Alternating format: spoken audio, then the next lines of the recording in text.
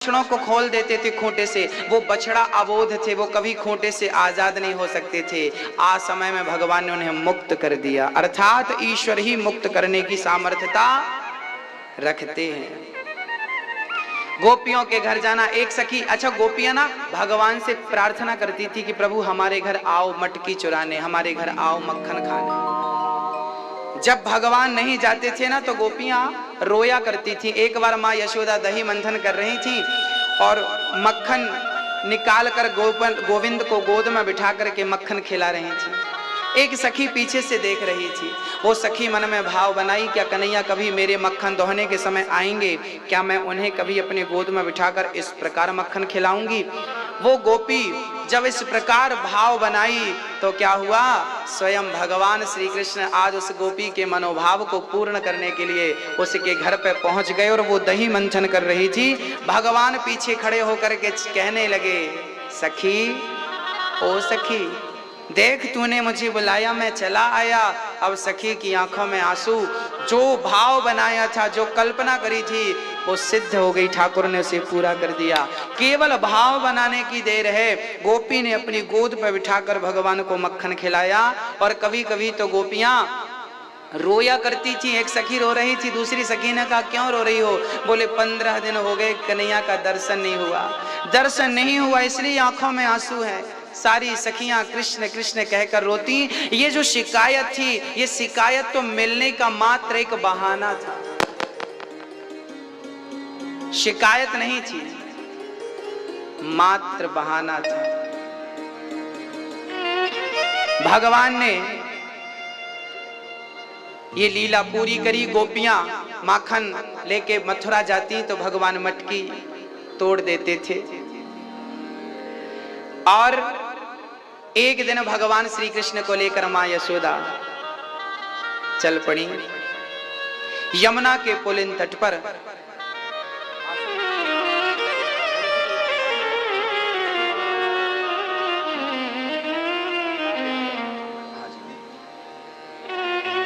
बोलिए भक्त वत्सल भगवान की जय, जय जय श्री राधे श्याम। आज आपको मैं जिनसे मिलाने जा रहा हूं, आज इस कथा में हमारे सद्गुरुदेव भगवान, जिनकी शरण में रह करके मुझे पढ़ने और रहने का सौभाग्य मिला, आपसे पहली बार गुरुजी से मैं मिलाने जा रहा हूं।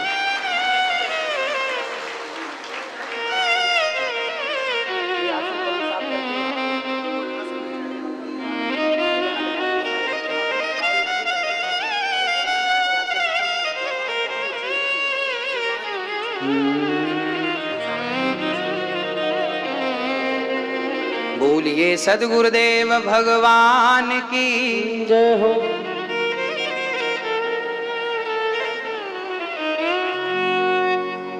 हो सतगुरु मैं तेरी पतंग, कान्हा मैं तेरी पतंग, हवा विच उड़ती जाऊंगी, ओ हवा विच उड़ती जाऊंगी। तुमने ना पकड़ी डोर मेरी तो मैं गिर जाऊंगी।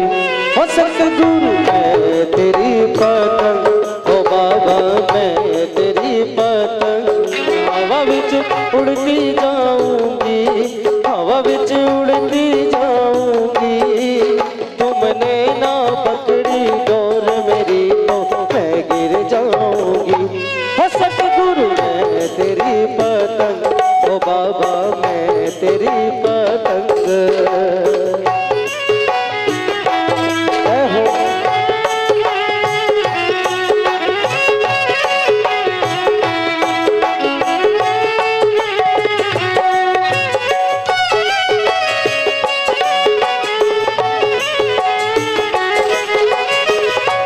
ओ बड़ी नाजुक है ये डोरी, गुरु रखना थाम के, हम तो हैं बस दीवाने प्रभु तेरे नाम के। बड़ी नाजुक है ये डोरी, गुरु रखना थाम के, हम तो हैं बस दीवाने गुरु तेरे नाम के। तेरा हाथ रहे जो, तेरा हाथ रहे जो सर पे, अब पार हो जाए। तुमने ना पकड़ी डोर मेरी तो मैं गिर जाऊंगी। हो सतगुरु मैं तेरी बंदर। बोलो सतगुरुदेव भगवान की।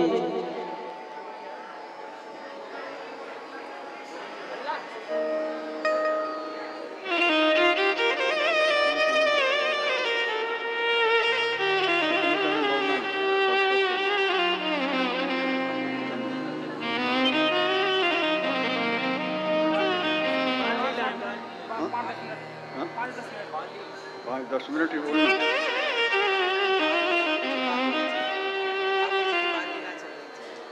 अच्छा। नमोस्तु रामाय सलक्ष्मणाय देव्यै च तस्यै जनकात्मजायै नमोस्तु रुद्रेन्द्रयमानिलेभ्यो नमोस्तु चन्द्रार्कमरुदगणेभ्यः। श्रीराम जय राम जय राम। श्री राम जय राम जय जय राम। श्री राम जय राम जय राम। श्री राम जय राम जय जय राम। श्री राम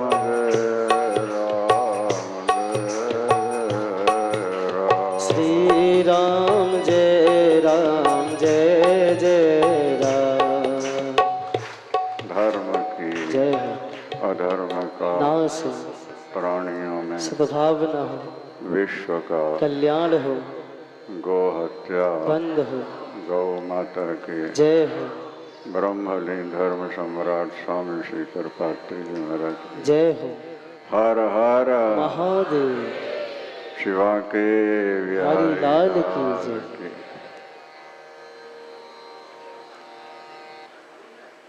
सदगुरु की प्राप्ति ईश्वर कृपा से होती है। ईश्वर ही गुरु बन करके आ जाते हैं। ईश्वर की पहली कृपा है मनुष्य का चोला दे देते हैं। दूसरी कृपा है भगवत दर्शन की लालसा जगा देते हैं। और तीसरी कृपा है सदगुरु की प्राप्ति हो जाती है। आप लोगों को प्राप्ति ही हो गया है। तीर्थ में किया गया दान स्नान श्रवण हजारों गुणों से ज्यादा फल दिया करता है। आप ब्रज में वृंदावन में बैठ के भागवत सुन रहे हैं। एक कथा का फल 1000 कथाओं के बराबर होगा। ऐसा मानना चाहिए कि हम 1000 भागवत कथाएं वृंदावन में सुन रहे हैं। जो व्यक्ति भागवत कथा श्रद्धा से सुनता है, न स गर्भगता भूया मुक्ति भागी न संशय। वो व्यक्ति द्वारा माता के गर्भ में नहीं आता है, मुक्ति प्राप्त करता है, भगवान के गोलोक धाम में निवास करता है। भाग्यशाली हैं आप लोग। अनिरुद्धाचार्य जी हमारे आश्रम में ही रहे पढ़े हैं, वहीं से पढ़कर निकले हैं। आज देश में बड़ी ख्याति है और आप लोग सब बड़े चाव भाव से सुन रहे हो। प्रसन्नता है इस बात की। गुरु सब पर विजय चाहते हैं, पर शिष्य से पराजित होना चाहते हैं। सर्वत्र जय मिच्छेदो शिष्यादिच्छेद पराजय। पिता चाहता है पुत्र हमसे भी ज्यादा लायक हो, गुरु चाहते हैं शिष्य हमसे भी ज्यादा लायक हो। ये गुरुओं की महिमा होती है। तो मन बहुत प्रसन्न है। चैनल में कथा चल रही है, समय सीमित है। यही कि कल परसों ने बुलाया था हमने, और जरा सा संकेत दिया कि गुरुपुत्र के पुत्रियों के लिए कुछ करना है, तो इन्होंने 5 लाख रुपया देने की घोषणा कर दी। सुनकर के मन बहुत ज़्यादा प्रसन्न हुआ है। इन्होंने 5 लाख रुपया गुरुपुत्र की कन्याओं के लिए प्रदान किया है। धन्यवाद के पात्र हैं। वृंदावन में स्थान बन जाएगा, आना जाना लगा रहेगा आप लोगों का। नमक की खान में ऊंट गिर जाए तो कुछ समय में ऊंट नमक बन जाता है। पारा के साथ गंधक को रगड़ा जाए तो गंधक पारा बन जाता है। इसी तरह वृंदावन में जो आके रह जाते हैं वो एक दिन गोपाल गोपी ग्वाल बाल का रूप धारण करके गोलोक धाम जाया करते हैं। अधिक न बोल के बस यही कहना है, संयम से श्रद्धा से कथा सुनो। 84 कोस की जो परिक्रमा है, इसका भाव यही है कि ब्रह्मा ने सृष्टि की है, 84 लाख प्रकार की योनियां बनाई हैं। 84 लाख प्रकार के जीव ब्रह्मांड में हैं। भगवान कृष्ण ने 84 कोस परिक्रमा में अपनी लीलाएं की हैं। संकेत यही है कि जो 84 की परिक्रमा कर लेगा वो 84 के चक्कर से बच करके वैकुंठ धाम चले गए। इसलिए आप लोग बड़भागी हैं इस समय, और खासकर जन्माष्टमी के पावन अवसर पर ये सब कुछ हो रहा है। इन्होंने 5 लाख रुपया गुरुजी को दिया है, उससे मन बहुत प्रसन्न हुआ है।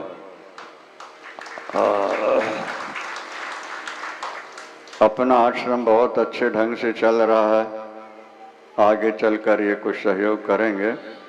अभी वर्तमान में काशी में एक हम मंदिर बनवा रहे हैं, जिसमें 5 करोड़ रुपया लग चुका है। 1-2 करोड़ और भी लगना है, इसकी आवश्यकता भी है। भागवत में लिखा है, सर्वेषामपि क्षेत्राणाम यथा काशी हनोत्तमः। संसार के समस्त तीर्थों में श्रेष्ठ तीर्थ काशी है। सर्वेषामपि क्षेत्राणाम यथा काशी हनोत्तमा, ये भागवत में लिखा हुआ है। तो वैसे तो हमने अपने आश्रमों में मंदिर बनवा दिए हैं 4, 6, 10 जगह। काशी का संकल्प उठा था, अब वो पूर्णनाथ की ओर है। कुछ सहयोग की अपेक्षा है। जो भगवान शंकर के भक्त हों, काशी में कुछ बनाना चाहते हों, वो मंदिर में अपना सहयोग देकर अपना जीवन सफल बना सकते हैं। बस यही कहकर हम विराम लेते हैं। वृंदावन। सदगुरुदेव भगवान की जय। राधे।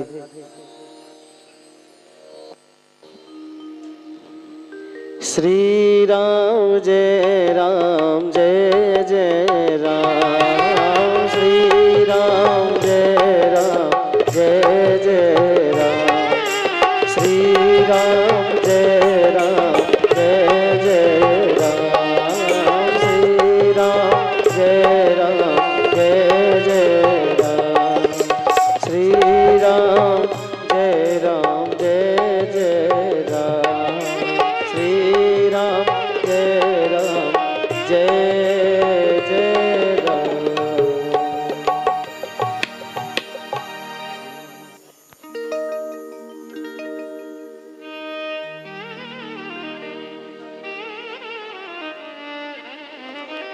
बोलिए भक्तवत्सल भगवान की जय।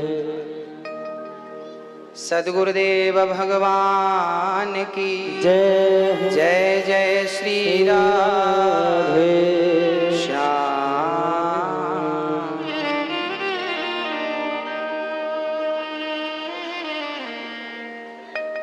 सभी लोग बैठ जाएं। भक्तों,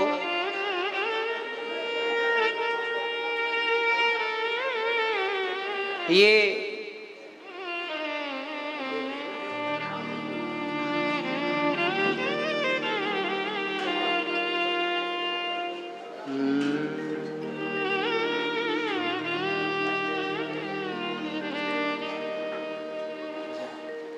बैठ जाए।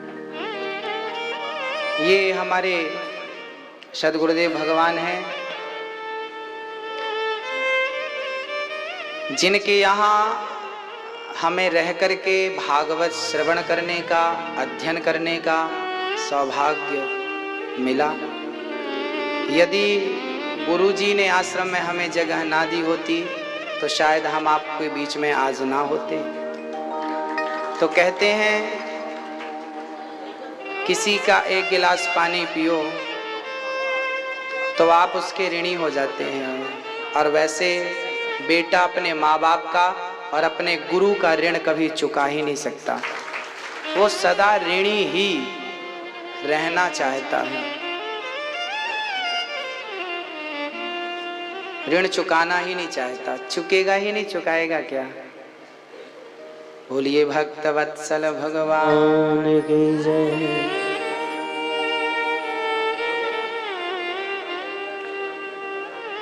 एक दिन मां यशोदा श्री कृष्ण को लेकर के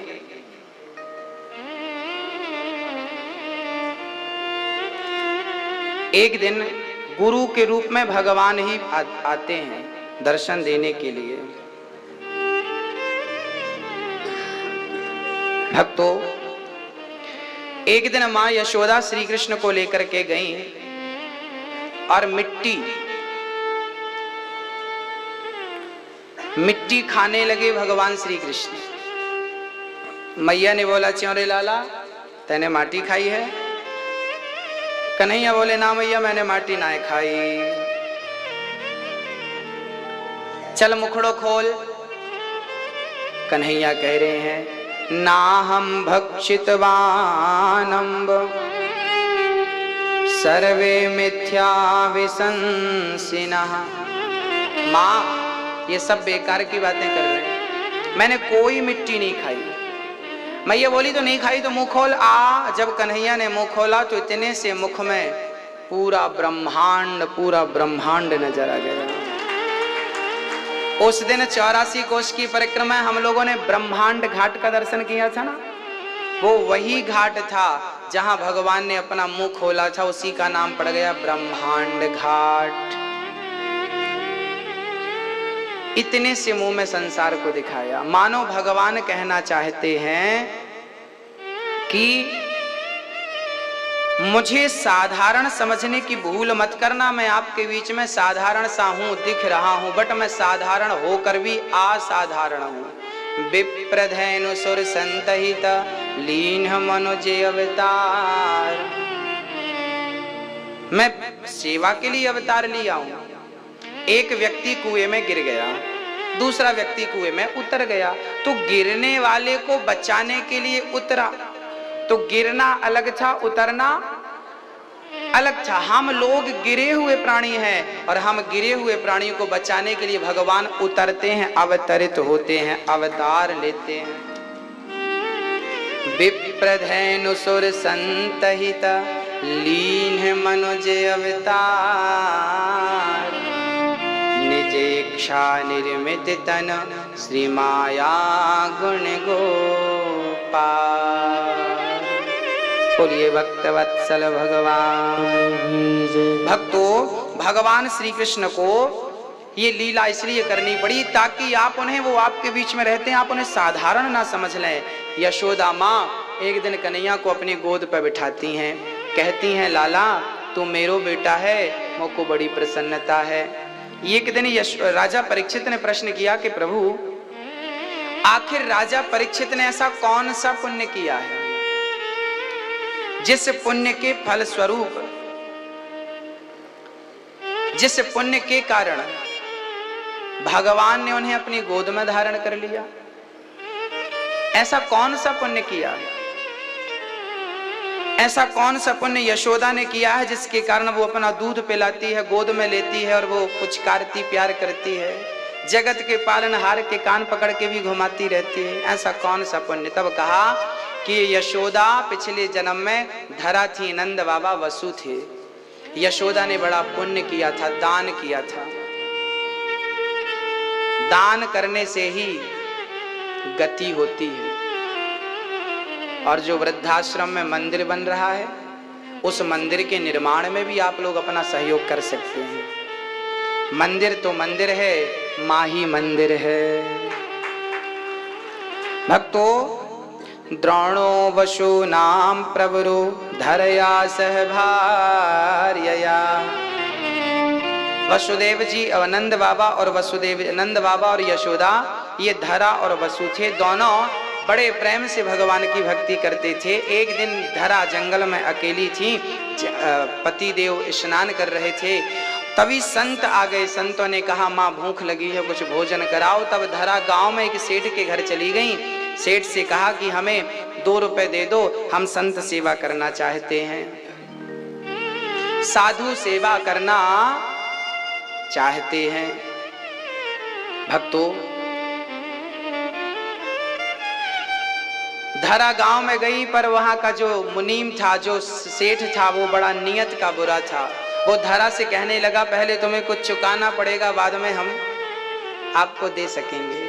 क्या दे दें? तब धरा पर नियत बिगड़ गई सेठ की। कहा धरा तुम अपने स्तन हमें दे दो, तुम बड़ी सुंदर हो। तब धरा ने अपने दोनों स्तनों को काट करके और सेठ के हाथ में दे दिया। 2 रुपए लेकर के बाजार गई, सामग्री खरीदी और 2 रुपए के सामग्री से संतों को बढ़िया खीर पूड़ी हलवा खिलाया। संतों ने देखा देवी आपके शरीर से रक्त बह रहा है, क्यों?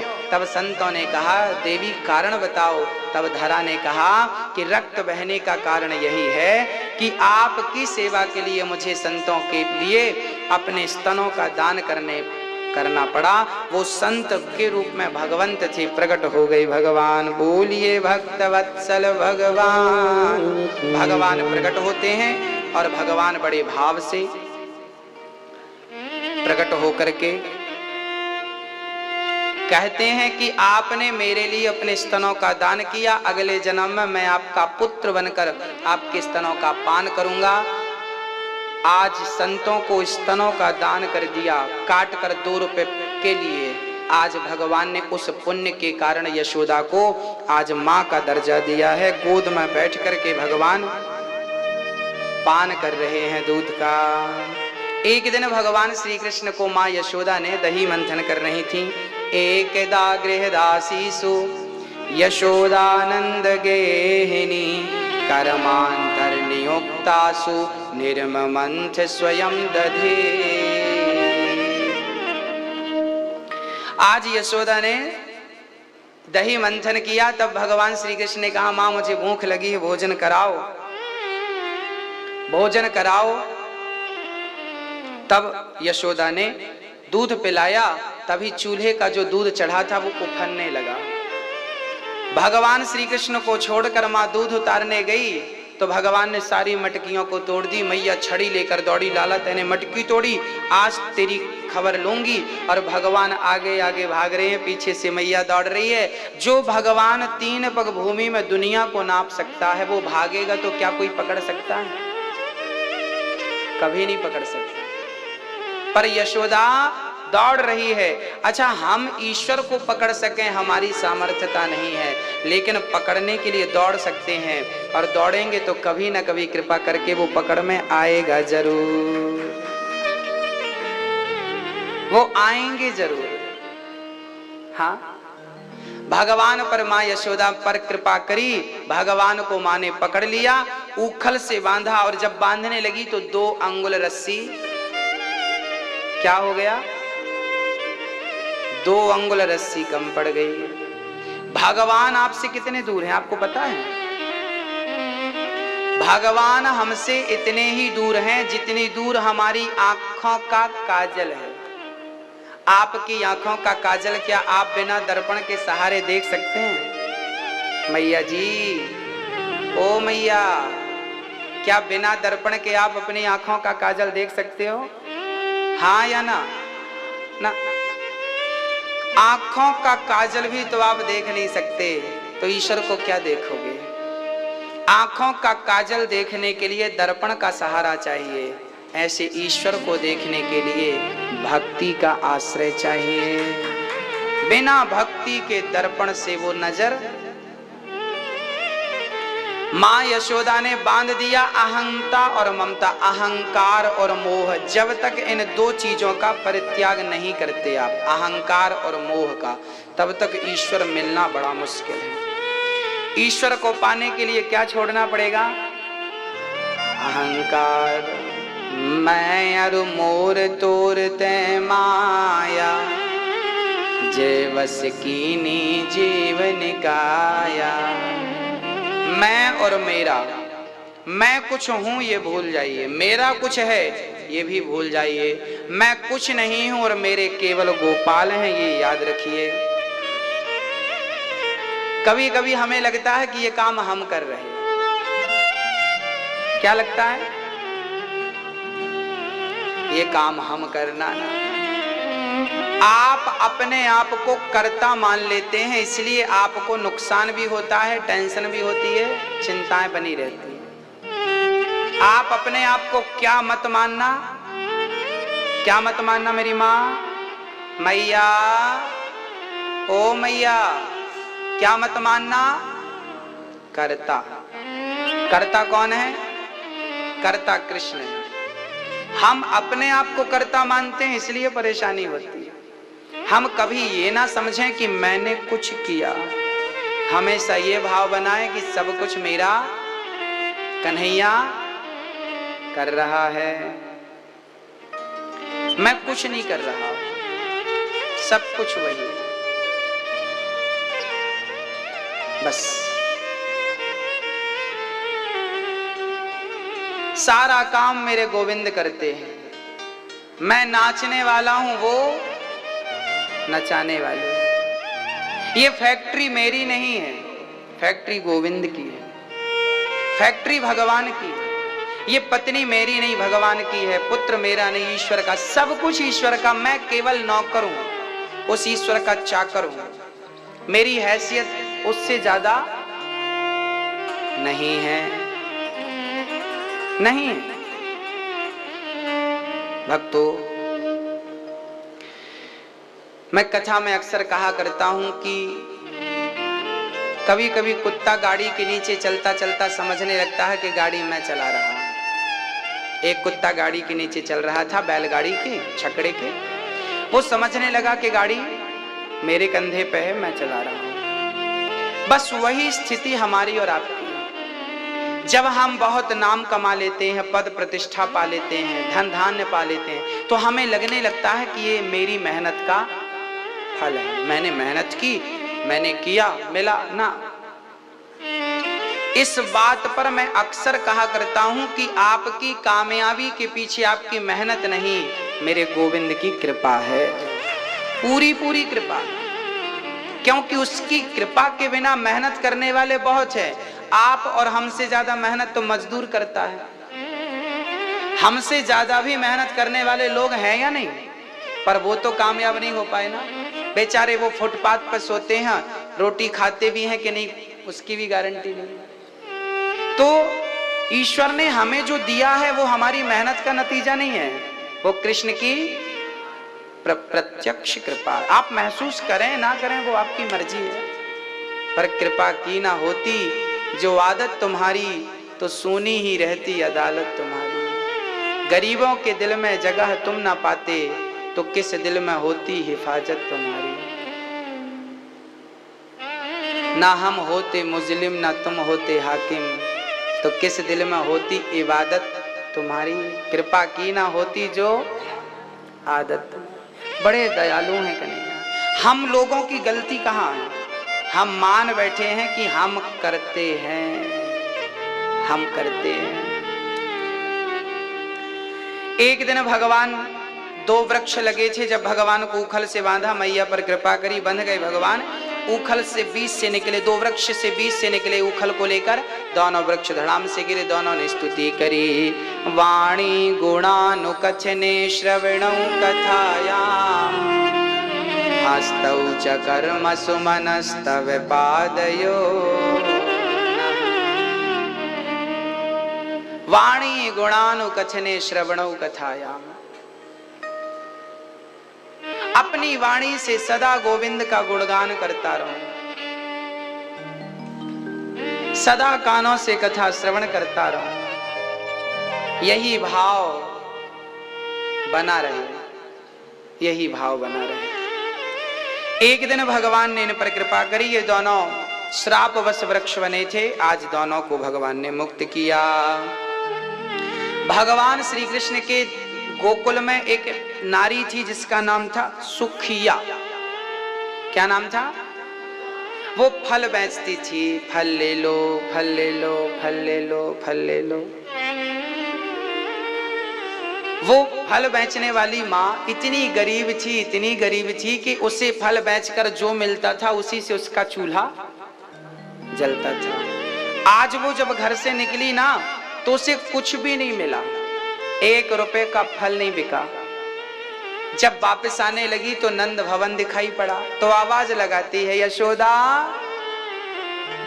ओ यशोदा। यशोदा तो नहीं आई, छोटे से कन्हैया ठुमक ठुमक के चले आए। ठुमक चलत कृष्ण चंद्र बाजत पैजनिया। चल रहे हैं मेरे कृष्ण, पाँव में पायल बंधी, कमल में करधन बंधी और हाथ में सुंदर सा, कान में कुंडल, सुंदर से घुंघराले बाल, छोटा सा मुंह, सुंदर सी मुस्कान। जब सुखिया ने देखा ना तो उसका मन बड़ा प्रसन्न हुआ। कहने लगी, लाला तेरी माँ कहाँ है? कन्हैया बोले, माँ तो आज यमुना गई है। तो बेटा तू फल खावेगो? हाँ हाँ। अब कन्हैया को फल रख दिया माँ ने, कन्हैया को माँ ने फल सौंप दिया, दे दिया। कन्हैया फल लेकर अंदर गए और तुरंत गेहूं के बोरे पे हाथ डाला, चावल के बोरे में हाथ डाला और अंजलि में गेहूं चावल भरकर चलने लगे। पर यहाँ छोटा सा हाथ था, ये छेद था, गिरना शुरू हो गया। गिरते गिरते पूरा गिर गया। 10-20 चावल के दाने, गेहूं के दाने बचे तो भगवान ने पोट उसके टोकनी पे ऐसे झड़ा दिया। सुखिया बोली, लाला तेरे घर पे इतना ही है, तू मोकू फल के बदले इतना ही देवेगो? कन्हैया बोले, मैया मेरे हाथ में जितना आयो मैंने तो क्यों दे दियो। मैया बोली, कोई बात नहीं लाला, तेरो दर्शन करके मोको बड़ो सुख मिलो। कपड़ा ढक करके मैया चली गई। बच्चे छोटे छोटे पीछे पड़ गए, माँ मेरे लिए क्या लाई हो, बताओ मेरे लिए क्या है? माँ बोली, बेटा आज तो कुछ नहीं है, आज तो फल भी बिक गए और कुछ मिला भी नहीं, सब कन्हैया को दे दिया।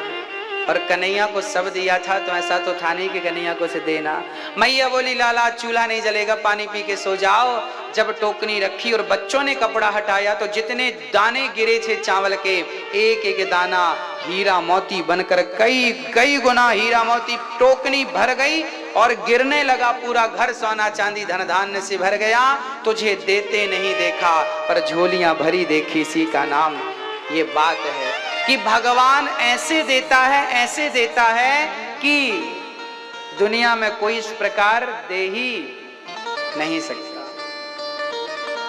किसी में सामर्थ्यता ही नहीं है देने की। बस क्या कहें भक्तों हम आपसे, वो इतना सा लेता है, इतना कुछ करके देता है। बोलिए भक्त वत्सल भगवान की जय। एक अच्छी सूचना दे दूं आपको, आज यहाँ पर वृंदावन की पवित्र धरती पर हम लोग कथा श्रवण कर रहे हैं। 13 अप्रैल 2020, बताओ कहाँ चलेंगे आप? 13 अप्रैल 2020 से 19 अप्रैल 2020 तक नेपाल काठमांडू में कथा है। नेपाल की पवित्र धरा पर कथा है, भगवान शिव की पवित्र धरती पर कथा है। आप में से जिनको चलना हो चल सकते हैं। और आगामी कथाएं, उसके बाद रामेश्वरम में कथा है, फिर रामेश्वरम के बाद सुकताल में कथा है, उसके बाद नैमिषारण्य में कथा है, फिर उसके बाद गया जी में कथा है, फिर उसके बाद चित्रकूट में कथा है, फिर उसके बाद ऋषिकेश में कथा है। जिसको जो धाम प्रिय लगे आप वहां का रजिस्ट्रेशन करा सकते हैं। आगामी चित्रकूट के घाट घाट में सबरी देखे बाट, राम मेरे राम मेरे ये वही चित्रकूट है जहां पर शबरी इंतजार। चित्रकूट में राम जी ने बहुत समय व्यतीत किया। चित्रकूट में कामदगिरी की परिक्रमा है, बड़ा अद्भुत धाम है। तो इन अभी 13 अप्रैल को सबसे पहले नेपाल में कथा है। पहले नेपाल की होगी, उसके बाद आगामी कथाएं आपको बताई जाएंगी। ये जो कथाएं बताई गई ये 5 साल के भीतर होंगी। सबसे पहले 13 अप्रैल को कहाँ कथा होगी? नेपाल। तो नेपाल जिनको चलना है, बहुत ज्यादा सेवा नहीं है, मात्र 11,000 रुपए की सेवा रखी गई है। 7 दिन वहां रहना, खाना, चाय नाश्ता सारी व्यवस्थाएं हैं। अब आप लोग दिल्ली से फ्लाइट भी है, डायरेक्ट दिल्ली से फ्लाइट है, आप फ्लाइट से भी जा सकते हैं और ट्रेनों की सुविधा भी है। ट्रेन जाती है गोरखपुर तक, गोरखपुर से फिर आपको बस पकड़ के 12 घंटे का रास्ता है। मैं पूरा समझाऊंगा, आप संपर्क में रहिएगा। जिनको नेपाल की यात्रा में, काठमांडू की यात्रा में सम्मिलित होना है, आप कितने लोग जाएंगे उनके नाम लिखा दें। रजिस्ट्रेशन अब शुरू होगा और महीने 2 महीने में ही रजिस्ट्रेशन पूरा भी हो जाएगा, क्योंकि वहां जितने नाम पहले आ जाएंगे वही लोग जा पाएंगे, क्योंकि वो भारत के बाहर है, विदेश कह सकते हैं। तो वहां आप जल्दी बताना रहेगा आपको कितने लोग हैं आप लोग। बोलिए भक्त वत्सल भगवान। जिनको गुरु मंत्र लेना है तो गुरु मंत्र कल और आज, अभी मैं कथा से उठूंगा, जिनको गुरु मंत्र लेना है ले सकते हैं। कल भी कथा से उठने के बाद गुरु मंत्र ले सकते हैं आप। भगवान ने सुखिया पर कृपा करी। एक बार भगवान ब्रजवासियों के साथ गए हैं गाय चराने। अब भगवान गोकुल से वृंदावन, अब भगवान वृंदावन आए हैं।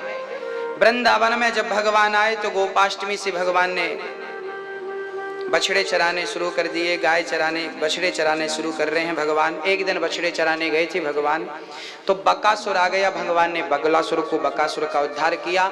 अघासुर आया, भगवान ने अघासुर को सर्प बनकर आया, भगवान ने उसका भी उद्धार किया।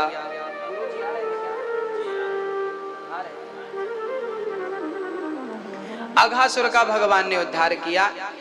आज सारे ब्रजवासी भगवान की परिक्रमा लगाकर बैठ गए हैं, गोल गोल कन्हैया को बीच में बिठाया, आजू बाजू बैठ गए हैं। और उसके बाद भगवान श्री कृष्ण सारे ब्रजवासियों के हाथ से कुछ कुछ खा रहे हैं। जिसके पास जो था उन्होंने खिलाया। कोई मक्खन खिला रहा है, कोई मिश्री खिला रहा है। अच्छा, भगवान के एक भक्त का नाम था मधु मंगल। बहुत गरीब थे मंगल जी, मंगल बहुत गरीब थे। भाव तो था कि मैं कुछ लाया होता तो कन्हैया को खिलाता, पर क्या बताऊं कुछ लाया ही नहीं, क्या खिलाऊं कन्हैया को। भगवान मनोभाव को समझ गए, भगवान मनोभाव को समझ गए, मन की स्थिति को समझ गए। मंगल के पास दौड़े दौड़े भगवान गए। मंगल ये बताओ मेरे लिए क्या लेकर आए हो? मंगल बोला कुछ नहीं लाए। तो लाओ, क्यों नहीं लाए? जाओ घर से लेकर आओ। अब भगवान मंगल की मन की दशा समझ गए कि ये खिला नहीं सकता, पर खिलाने का भाव।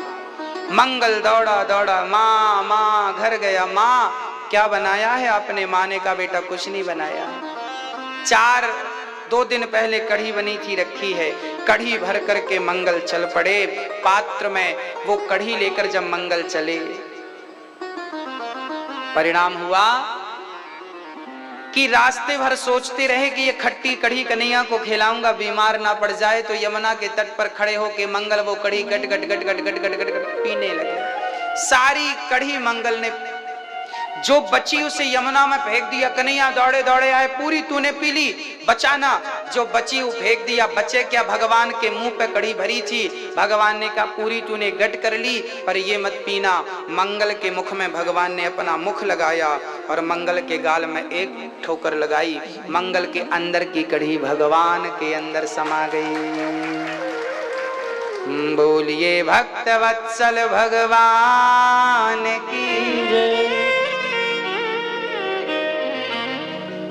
भगवान ने उगलन खाया, जूठन खाया। इस कथा से क्या सिद्ध हुआ? इस कथा से यह सिद्ध हुआ कि भगवान अपने भक्तों के लिए उनका उगलन भी खाने को तैयार है। कोई प्रेमी भक्त मिले तो उसके लिए उगलन भी खा सकते हैं, बस प्रेम में बिक जाते हैं। प्रेम ही भगवान को प्राप्त करा सकता है, इसलिए उनके चरणों में प्रीति दिनों दिन बढ़ाइए, श्रद्धा दिनों दिन बढ़ाइए। जो कल थी उससे आज ज्यादा हो, जो आज है उससे ज्यादा कल, ऐसी बढ़ाते जाइए, बढ़ाते जाइए। एक दिन वो स्थिति हो जाए कि इतनी चरम सीमा हो, उत्कंठा हो मिलन की कि बस प्राण निकल जाए। गोपियों को छोड़कर जब भगवान श्री कृष्ण गए तो गोपियां रोने लगी, कन्हैया हम मर जाएंगे, अब रह नहीं सकती आपके बिना।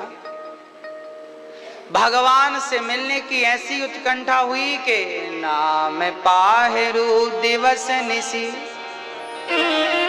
ध्यान तुम्हारे कपाट, लोचन निज पद जंत्रिता, जाय प्राण के ही बाट।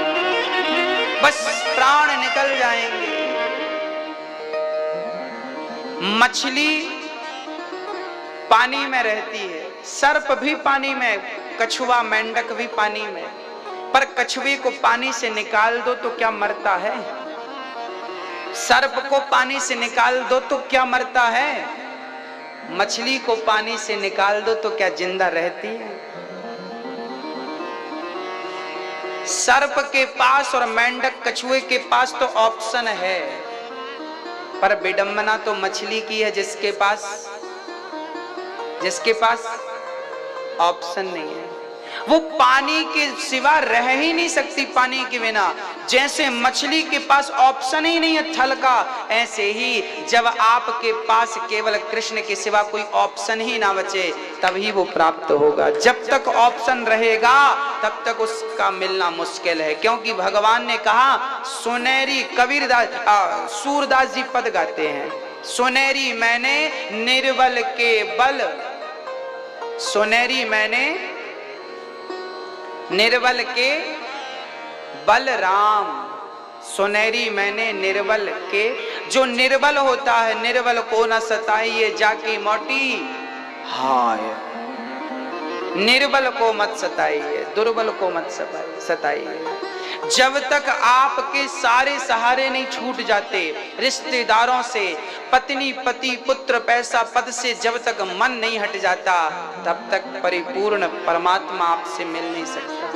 और मुझे यकीन है कि जिस दिन ये दुनिया वालों से बंधन खोल लोगे ना, उस दिन कन्हैया तुम्हें प्रत्यक्ष खड़ा नजर आ जाएगा, प्रत्यक्ष नजर आएगा। भगवान भक्त के लिए ये सब करते हैं। ब्रह्मा जी मोहित हो गए, ये कैसा भगवान है। तब ब्रह्मा जी भगवान के बछड़ों को छिपाए और ग्वाल वालों को छिपाए। ब्रह्मा जी ने भगवान की परीक्षा ली। अब भगवान ने ब्रह्मा जी को कहा, अच्छा हमसे आपने पंगा लिया है। तब भगवान खुद भगवान ब्रह्मा बन के बैठ गए और कह दिया द्वारपालों से, नकली ब्रह्मा बहुत घूम रहे हैं, आने मत देना। जब ब्रह्मा जी अपने घर गए तो द्वारपालों ने फटकार लगाई, चलो बुड्ढे बाहर, तुम्हारे जैसे बहुत घूम रहे हैं। ब्रह्मा जी को समझते देर नहीं लगी कि भगवान से पंगा लिया, परिणाम ये। उस टाइम 1 साल के लिए भगवान ही ब्रजवासी बने थे, भगवान ही ग्वाल बाल बने और बनकर भगवान ने लीला को आगे बढ़ाया। हाँ मैया जी, नींद आ रही है? हाँ? क्या नींद आ रही है? ब्रह्मा जी भगवान के ब्रजवासियों को छिपा दिए, भगवान खुद ब्रजवासी बन गए, ग्वाल बाल बन गए, लीला को चालू रखा। बाद में ब्रह्मा जी आए और भगवान की स्तुति करने लगे। नौमीड्यते प्रवपुसे तडिदंबराय। हे ईड्य, हे परमात्मा, आप ही स्तुति के योग्य हैं, मैं आपको प्रणाम करता हूं। भगवान की 40 श्लोकों में स्तुति की भगवान ने क्षमा किया। जब राजा जी से ब्रह्मा जी ने कृष्ण का विवाह कराया, भांडी वन में जो आपने देखा था वहां पर कराया, तब भगवान ने माफ किया। ताड़वन भी आपने देखा था, क्या देखा था? ताड़वन देखा था ना आपने, जहां पर भगवान बलराम जी थे, बलराम जी के बाजू में रेवती बैठी थी और बाजू में श्री कृष्ण बैठे थे, भैया भाभी सब थे वहां पर। पूरी दुनिया में एक वही ऐसा मंदिर है जहां बलराम जी और बलराम जी की पत्नी साथ में है। ताड़ बन आपने देखा था वहां पर भगवान ने धैनुकासुर नाम के दैत्य का उद्धार किया था। तब भगवान ने काली अनांग का उद्धार किया। काली अनांग सारी पृथ्वी को गड़बड़ कर रहा था। यमुना जी का तो जल गंदा कर दिया, पूरा जहर से भर दिया। तब भगवान ने काली अनांग पर कृपा करी। काली देह पर कूद गए, गेंद का खेल खेलते खेलते काली देह पर कूद कर काली अनांग के ऊपर नृत्य किया। काली अनांग के अहंकार को चकनाचूर करके रणद्वीप में भेजा। प्रलंबासुर का भगवान ने उद्धार किया। प्रलंबासुर को मारकर भगवान ने राधा कृष्ण कुंड में स्नान किया था, जहां उनको गाय हत्या लगी थी, उससे मुक्ति मिली। वेणु गीत बड़ा अद्भुत है। गोपियों ने भगवान की सुंदरता का निरूपण किया है। वरहा पीडम नटवर बपु। एक दिन गोपियां निर्वस्त्र होकर स्नान कर रही थी, तब भगवान ने गोपियों के वस्त्र चुरा लिए। क्यों चुराया? क्योंकि ये गलत था ना, निर्वस्त्र होकर स्नान करना गलत होता है, इसलिए कभी भी निर्वस्त्र होकर स्नान नहीं करना चाहिए। वरुण देवता का पाप लगता है। किया, परिणाम क्या हुआ? भगवान ने वस्त्र चुरा लिए। कई लोग कहा करते हैं भगवान ने वस्त्र, अच्छा लोगों को ना बड़ी टेंशन रहती है, भगवान ने वस्त्र क्यों चुराए? अरे भाई जिनके चुराए उनको टेंशन नहीं थी, तुम काहे परेशान हो रहे हो भाई? उनको प्रॉब्लम नहीं थी, तुम क्यों मरे जा रहे हो? चुराया, ठीक चुराया भगवान ने। और उनके सामने वस्त्र की जरूरत क्या है? आप वस्त्र भले पहने हो पर उनसे कुछ छिपा थोड़ी है। हम वस्त्र पहन लें, आपसे हम छिपा सकते हैं क्या? भगवान से छिपाए? वो तो अंदर बैठा है। गोपियों ने यही तो कहा कि सखियो, अब भगवान बोले वस्त्र के ले जाओ अपने। गोपियां बोली निर्वस्त्र कैसे आ जाएं?